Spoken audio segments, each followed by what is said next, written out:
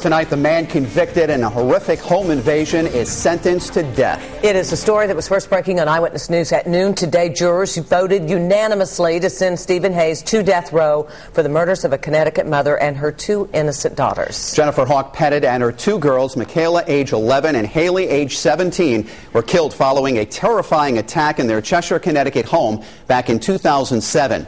Now their loved ones are thanking the jury for their verdict and bracing for the next suspect's trial. Eyewitness News reporter Aaron Kennedy joins us now with the developing details. Stephen Hayes was the first of two suspects to go to trial for what prosecutors are calling a deadly night of terror. He smiled when today's verdict was read in court.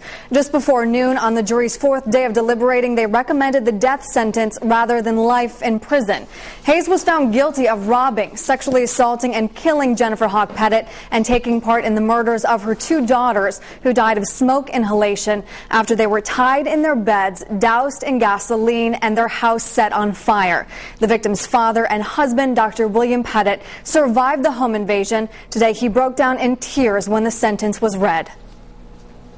I was really thinking of a tremendous loss. It's a huge void in my life and our family and friends' lives. I was glad for the girls that there was justice, because I think it's a just verdict. But mostly I was sad for the loss that we have all suffered. The defense tried to portray Hayes as a clumsy, drug-addicted thief who was influenced by the other suspected killer, Joshua Komisarjevsky. But the prosecutors tried to convince the jury that both men were equally responsible for the crime. According to our Eyewitness News legal analyst Lou Palner, today's verdict speaks more to the incredibly heinous nature of the crime itself.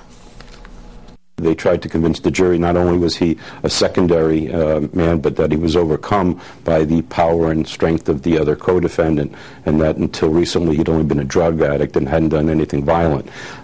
Maybe so, but how many cracks at the apple do you get under these circumstances? I mean, we're talking burning people to death, rape, murder. It's if there was ever a case that the death penalty should be imposed, again, if there is ever such a case where the death penalty should be imposed, I think it's clear that this is that kind of a case.